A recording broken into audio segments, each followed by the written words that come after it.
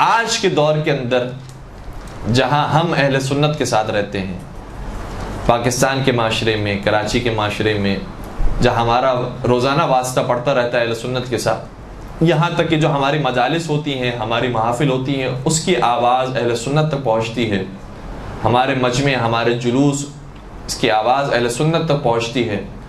تو ایسے معاشرے میں رہ کر ہمیں کیا کرنا چاہیے؟ کیا ان ساری باتوں کو علل اعلان بیان کرنا چاہیے؟ کیا جو ایسے مقدسات جو ان کے مقدسات ہیں ان کو باقاعدہ ہائی لائٹ کر کے بتانا چاہیے کہ یہ ہماری نظر میں صحیح نہیں ہے، انہوں نے یہ غلطی کی ہے، انہوں نے یہ غلطی کی ہے، اور یہ سب وہ ہیں کہ جو جہنمی ہیں، یہ سب وہ ہیں کہ جو باطل پر ہیں؟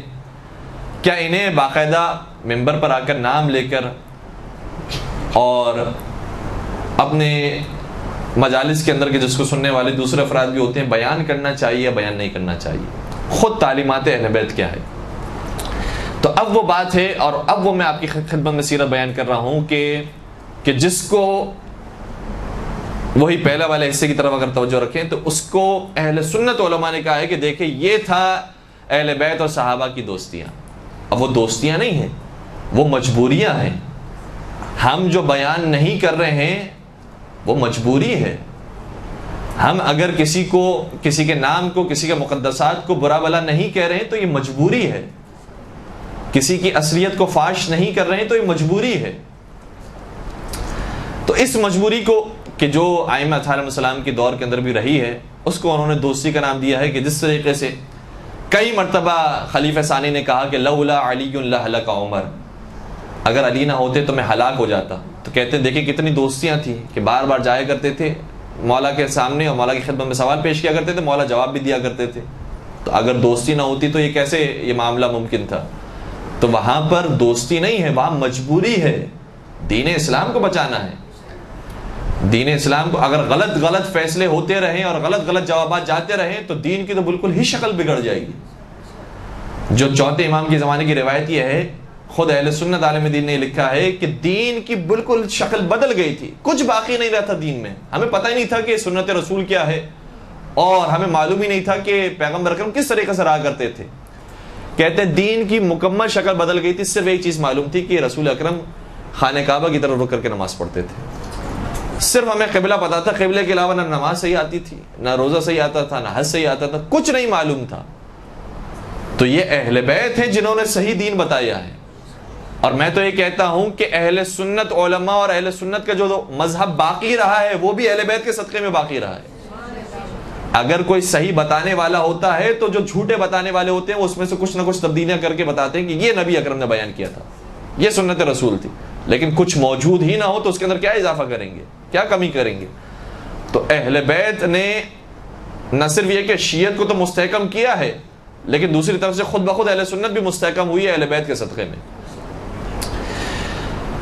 اب ایسے ماحول کے اندر ہمیں کیا کرنا چاہیے؟ جہاں پر اہل سنت ہمارے ساتھ موجود ہیں تو خود مولا کائنات کی جو سیرت ہمیں نظر آتی ہے وہ سیرت ہمارے لیے بہت بڑا درس ہے کہ مولا کائنات کے حق کو چھینا گیا ہے. ہم مولا کے غم میں شریک ہیں، مولا کے غم میں روتے ہیں، لیکن ہمیں بھی وہی طریقہ اختیار کرنا چاہیے جو مولا کائنات نے کیا ہے. مولا کائنات جس طریقے سے گزار رہے تھے اپنی زندگی، ویسی زندگی ہمیں بھی گزارنی چاہیے. وفات رسول اکرم کے بعد مولا کائنات نے کئی مرتبہ احتجاج کیا ان کے سامنے، کوشش کی، صحابہ کو جمع کیا، انصار کو جمع کیا، مہاجرین کو جمع کیا کہ جو حقیقی حق ہے خلافت کا وہ اس کے صاحب حق تک پہنچ جائے. اور اتنی کوشش کی اور یہ کوشش ایسی تھی کہ سامنے والے افراد مجبور ہو گئے مولا کائنات کی گردن پر رسی باندھنے میں، بنت رسول کو شہید کرنے میں، دروازے علی و زہرا کو جلانے پر، اور اس طریقے سے ستم ڈھایا ہے اہل بیت کرام پر. یہ جو ستم ڈھایا ہے یہ مولا کائنات کو خود ستم ملا ہے، خود ظلم مولا کائنات کی ذات پر ہوا ہے. اور ہم تو ان کے اوپر ہونے والے ستم پر روتے ہیں، گریہ کرتے ہیں. مولا کائنات کی وہ جو زندگی ہے، اب جب حق کو چھین لیا گیا، خلافت کو چھین لیا گیا اور یہ واقعہ گزر گیا، اس کے بعد مولا کائنات 25 سال تک مدینہ کے اندر موجود ہیں. اور کتنے ہی موقع ایسے ملے مولا کائنات کو کہ جب خلیفہ کو قتل کر سکتے تھے، خلیفہ کے خلاف لشکر کشی کر سکتے تھے، ان کے خلاف جنگ کر سکتے تھے، ان کو مار سکتے تھے، یا اپنے دائرے کے اندر رہتے ہوئے ایک پارٹی تشکیل دے سکتے تھے، ایک لشکر، ایک گروہ بنا سکتے تھے۔ لیکن ہمیں مولا کائنات کی ساری زندگی کے اندر یہ ملتا ہے کہ مولا کائنات نے دین اسلام کو بچانے کی خاطر، حقیقی اسلام کو بچانے کی خاطر نہ تلوار اٹھائی، نہ اپنا گروہ تیار کیا، نہ اپنا کوئی لشکر بنایا، نہ ان کے مقابلے پر کوئی مسجد بنائی کہ وہاں پر ان کی نمازیں ہوتی تھی اور وہاں پہ خطبے ہوتے تھے اور وہاں سے ان کے خلاف بولا جاتا تھا اور وہ ان کے خلاف بولتے تھے، ایسا کوئی معاملہ ہوا۔ یعنی اس موقع پر بھی مولا کائنات نے دیکھا ہے کہ کس جگہ پر مجھے کلام کرنا ہے، کس جگہ پر مجھے بات کرنی ہے۔ اور نہج البلاغہ کو اگر ہم معیار بنائیں کہ نہج البلاغہ کے اندر مولا کائنات نے کہاں کہاں ان کے بارے میں بات کی ہے اور کہاں کہاں خلافت کے بارے میں بات کی ہے، تو بہت خوبصورت ایک نتیجہ ہے جو ہمیں نظر آتا ہے۔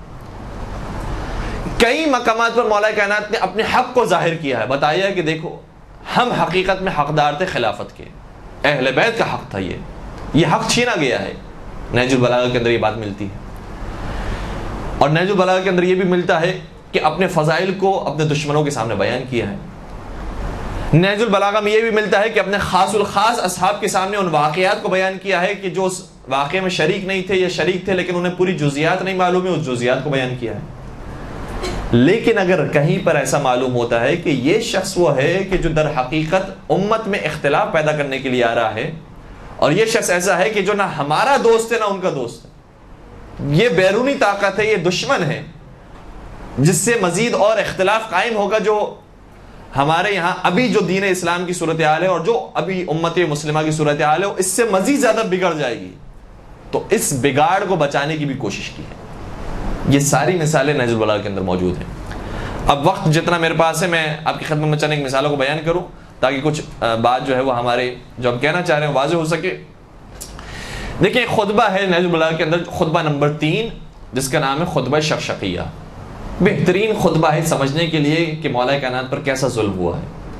نہج البلاغہ کا خطبہ نمبر 3، اس کا آغاز جب ہو رہا ہے تقریباً اس انداز سے ہوتا ہے کہ اما واللہ لقد تقمصها فلان، خدا کی قسم ایک شخص وہ تھا، اور بعض روایتوں کے اندر آیا اس کا نام بھی لیا گیا، یعنی جو پہلا شخص ہے یہ وہ شخص تھا کہ جس نے ہم سے خلافت کو چھین لیا اور اس لباس خلافت کو اپنے جسم پر ڈالا، اور وہ لباس ایسا تھا کہ جو اس کے جسم پر آتا نہیں تھا، اس کے لیے بنایا نہیں گیا تھا، لیکن کھینچ تان کر اسے پہننے کی کوشش کی، اور اس کے بعد اس کو کہ جس کی حیثیت مرکز کی تھی اس مرکز کو ہٹا دیا گیا۔ اور پھر مثال بیان کی مولا کائنات نے کہ جیسے چکی ہوتی ہے، چکی کے اندر جو درمیان میں میخ ہوتی ہے اس کی حیثیت مرکز کی ہوتی ہے، اگر وہ میخ نکال دی جائے تو سارا ڈھانچہ تو موجود ہوگا لیکن یہ چکی گھومنے کا کام نہیں انجام دے گی۔ تو اگر دین اسلام کو بھی چلاتے رہنا ہے اور دین کو بڑھاتے رہنا ہے تو اس میخ کا ہونا ضروری ہے، اور فرمایا وہ میخ وہ مرکز میں ہوں، لہٰذا اس مرکز کو اس کے دائرے سے ہٹا دیا گیا۔ اور پھر بیان کیا کہ پہلا آیا اس نے کیا کیا کام کیے، دوسرا آیا اس نے کیا کیا کام کیے، تیسرا آیا اس نے کیا کیا کام کیے، یہاں تک کہ میرے پاس خلافت آئی تو یہ خلافت کی یہ حالت تھی کہ پھر مجھے اس کے اندر اصلاح کی ضرورت پیش آئی، یہ کام کیا، یہ کام کیا، یہ کام کیا، اور یہ کام مزید ہونا تھا۔ یہ پورا خطبہ وہ ہے کہ جو خطبہ شقشقیہ بیان کیا ہے۔ اس خطبے کے اختتام پر ایک نقطہ ایسا ہے کہ جس سے سمجھ آتا ہے کہ یہ خطبہ کن افراد کے سامنے بیان کیا گیا ہوگا۔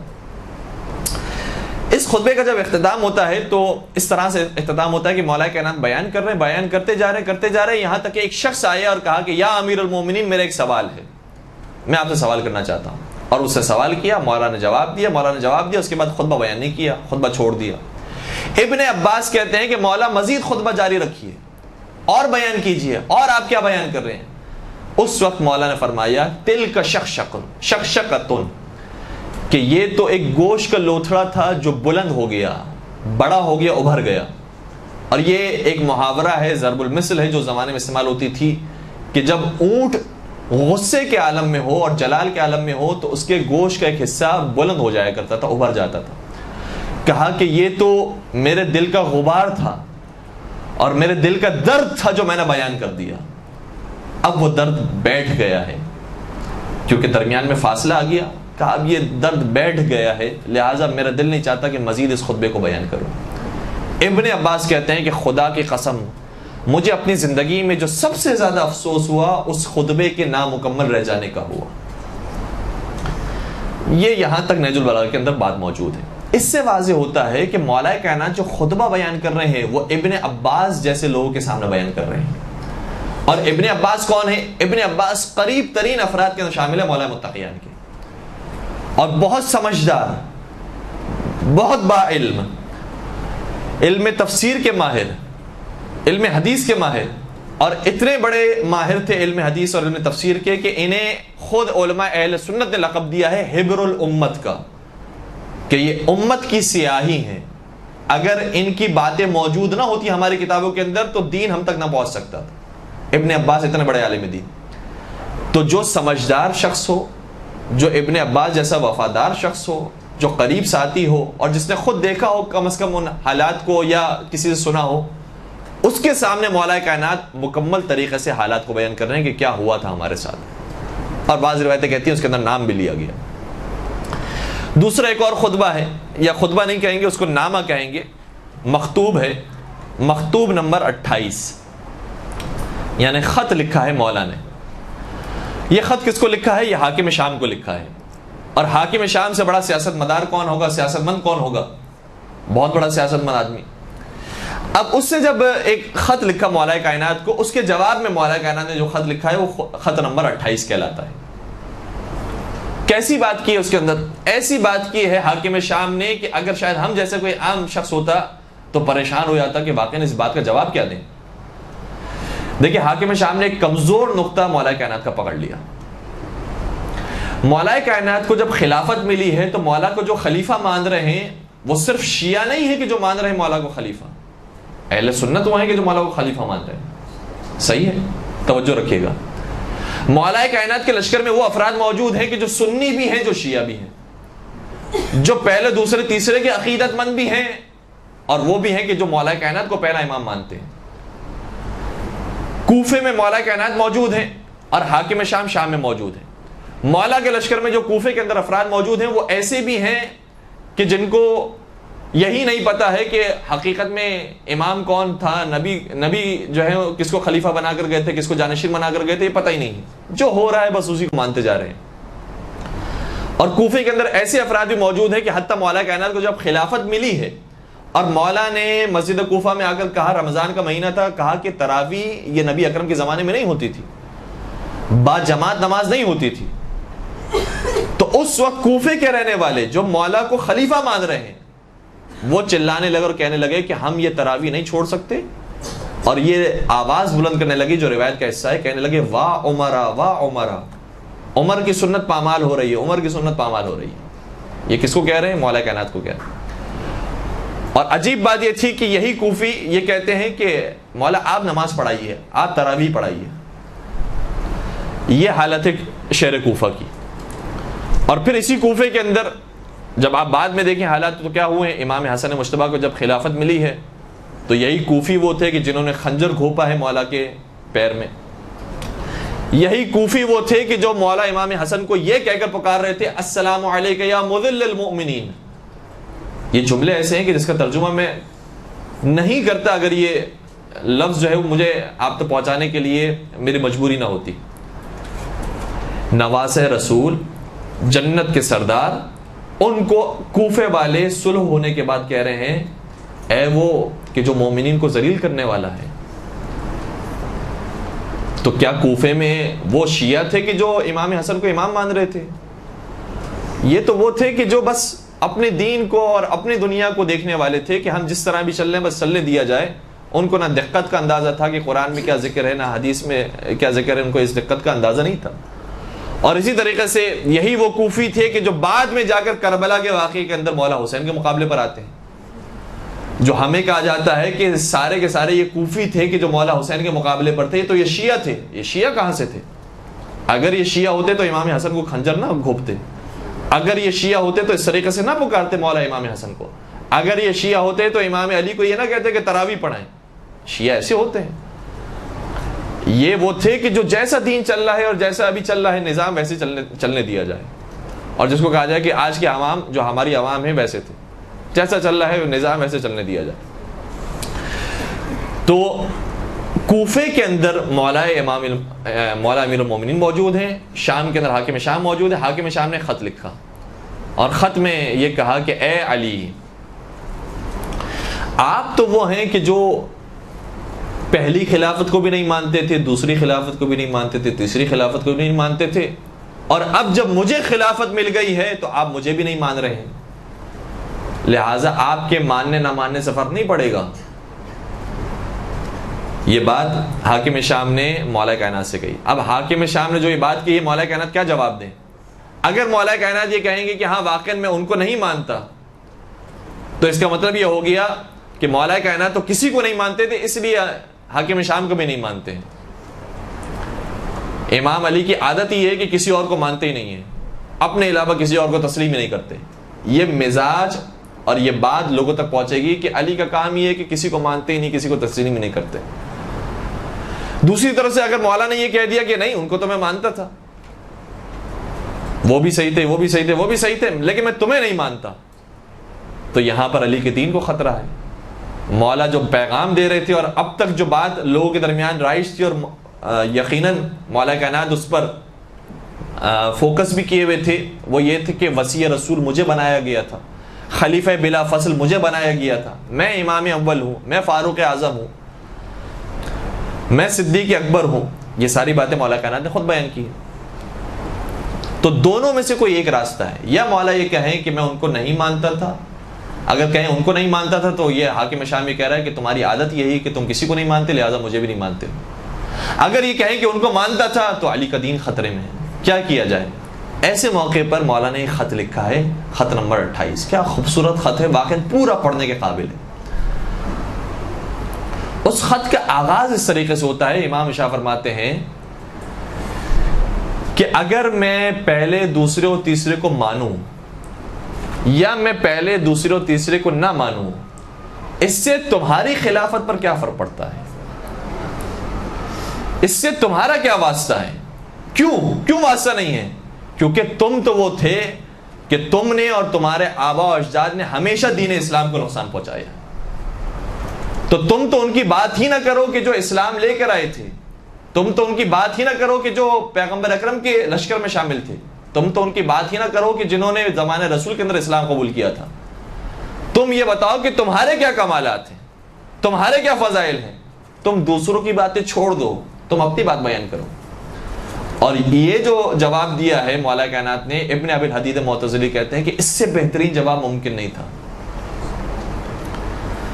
ورنہ حاکم شام جیسا شخص اس نے پھنسا دیا تھا کہ یا علی ہاں کہیں گے کہ ہاں ان کو میں مانتا ہوں، یا علی نہ کہیں گے کہ نہیں مانتا، ان دونوں کے علاوہ کوئی راستہ نہیں ہے۔ لیکن مولا نے تیسرا راستہ نکالا، کہا کہ میرے ماننے نہ ماننے سے کیا فرق پڑتا ہے، یہ بتاؤ کہ تم نے کون سے کارنامے انجام دیے ہیں کہ جو تم خلیفہ رسول ہونے کا دعویٰ کرتے ہو، تم اپنے کارنامے بتاؤ، تم اپنے کمالات، تم اپنے فضائل گنواؤ، اور میں اپنے فضائل گنواتا ہوں، اور جب فضائل گنوانے کی باری آئے گی تو یاد رکھو کہ تم ہماری برابری نہیں کر سکتے۔ ہم تو وہ ہیں کہ لشکر اسلام کے اندر بھی کوئی شہید ہوتا تھا تو وہ عام شہید کہلاتا تھا، لیکن یاد رکھو جب ہمارے قبیلے کا کوئی شہید ہوتا تھا، جیسے جناب حمزہ ہوئے، تو انہیں شہید نہیں کہا جاتا تھا، سید الشہداء کہا جاتا تھا۔ بہت سے لشکر اسلام میں ایسے تھے کہ جن کے ہاتھ قلم ہو گئے تھے جنگ لڑتے لڑتے، لیکن جب ہمارے خاندان سے کوئی ایسا ہوتا تھا کہ جس کے ہاتھ قلم ہو جاتے تھے تو اسے پھر عام شہید نہیں کہا جاتا تھا، اسے پھر تیار کہا جاتا تھا، اسے پھر جعفر تیار کہا جاتا تھا، اسے تیار فی الجنت کہا جاتا تھا کہ جنت میں پرواز کر رہے ہیں۔ اور پھر فرمانے لگے کہ تم ہماری برابری نہیں کر سکتے، من النبی و منک المکذب، ہم تو وہ ہیں کہ ہمارے خاندان میں نبی اکرم آئے تھے، اور تمہارے خاندان میں تو وہ آئے تھے جو نبی کا انکار کر رہے تھے، نبی کو جھٹلانے والے آئے تھے تمہارے خاندان میں۔ پھر فرمانے لگے منا اسد اللہ، ہمارے خاندان میں اسد اللہ پیدا ہوئے ہیں، شیر خدا پیدا ہوئے ہیں، ومن کا اسد الاحلاف، اور تمہارے خاندان میں وہ پیدا ہوئے ہیں کہ جو قسمیں کھانے کے شیر ہیں، قسمیں بہت بڑی بڑی کھایا کرتے تھے۔ اور یہ کس کی طرف اشارہ ہے؟ یہ ابو سفیان کی طرف اشارہ ہے، کیونکہ ابو سفیان تقریباً ہر جنگ میں جب شکست کھا گیا بالخصوص جنگ بدر کے اندر، تو اس نے قسم کھائی کہ اگلے سال میں آؤں گا جنگ کرنے کے لیے، اور خدا کی قسم، یا جو بھی اس کا معبود ہے اور جو بھی اس کو پرستش کرتا تھا، کہتا ہے اس کی قسم میں محمد عربی سے انتقام لوں گا. لیکن اگلا سال آیا، اگلے سال وہ جنگ پر نہیں آیا. اتنا خوف اس کے اندر موجود تھا کہ قسمیں بڑی بڑی کھایا کرتا تھا، قسمیں کھانے کا شیر تھا، لیکن جنگ پر نہیں آیا کرتا تھا. اور ہمارے اندر وہ افراد پیدا ہوئے کہ جو شیر خدا کہلاتے تھے. پھر فرمانے لگے منا منا سیدہ شباب اہل الجنہ ومنکم سبیۃ النار. ہم وہ ہیں کہ جن کے اندر جوانان جنت کے سردار پیدا ہوئے، اور تم وہ ہو کہ تمہارے اندر جہنم میں جلائے جانے والے بچے پیدا ہوئے. اور پھر فرمانے لگے منا خیر نساء العالمین ومنکم حمالۃ الحطب. ہمارا خاندان وہ ہے جس میں سیدہ کائنات سیدۃ النساء العالمین پیدا ہوئی.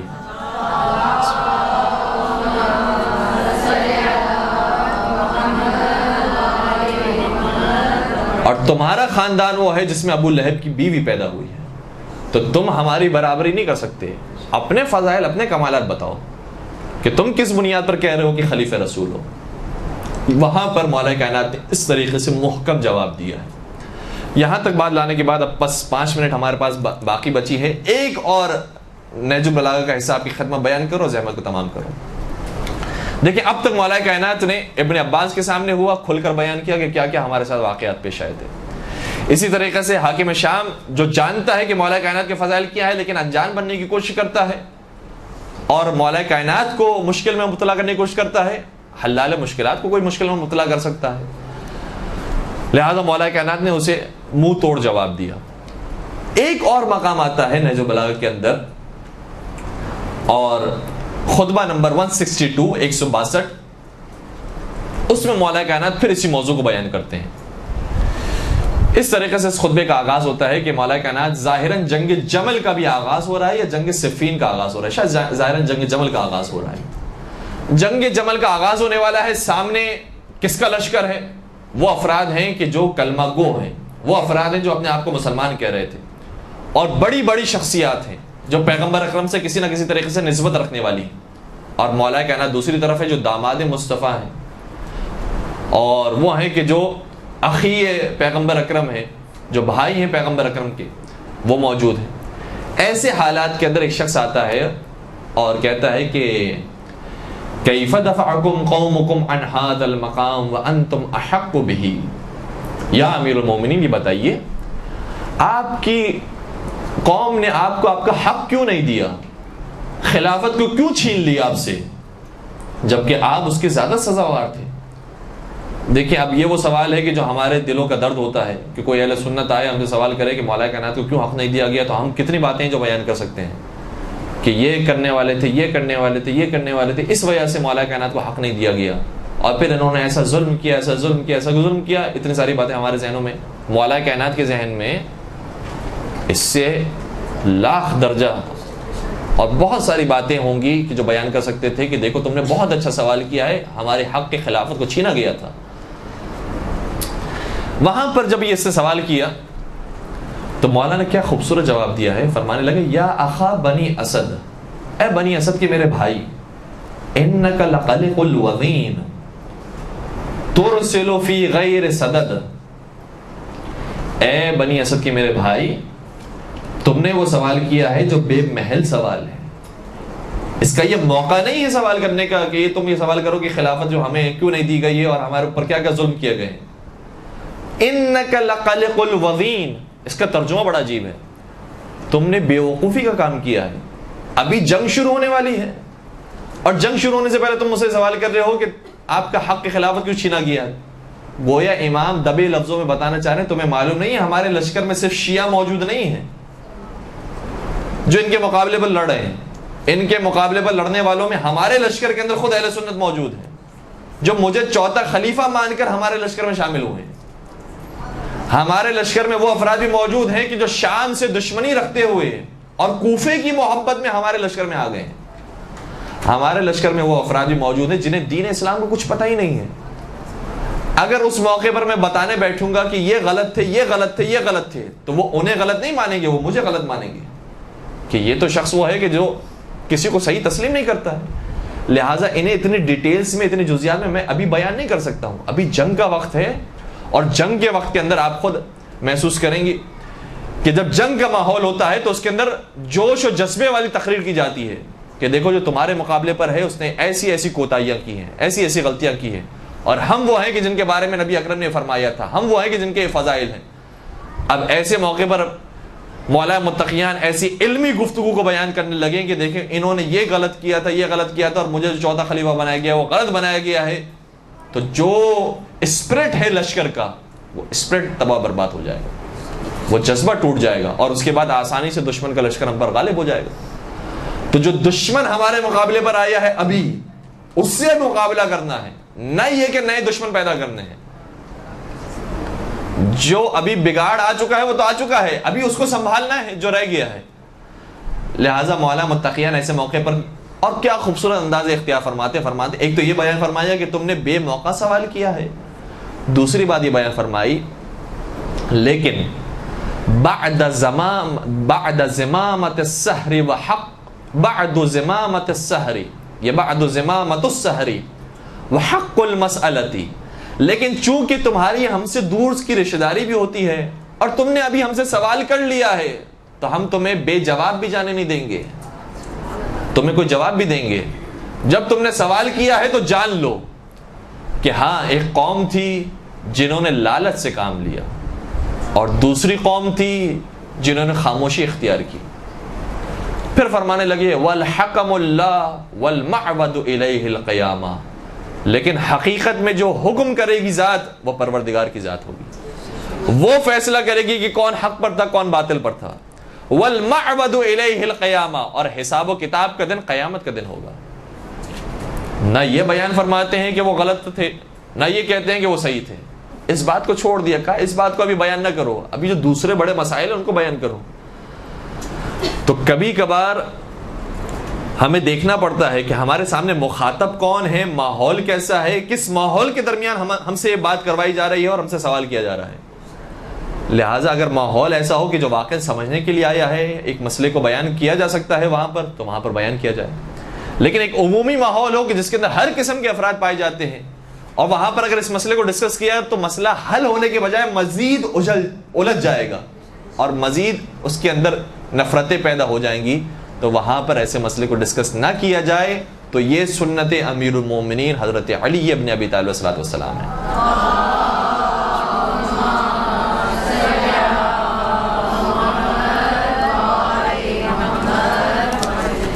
وآخر دعوانا الحمد لله رب العالمين برحمتك يا أرحم الراحمين وصلى الله على محمد وآله الطاهرين.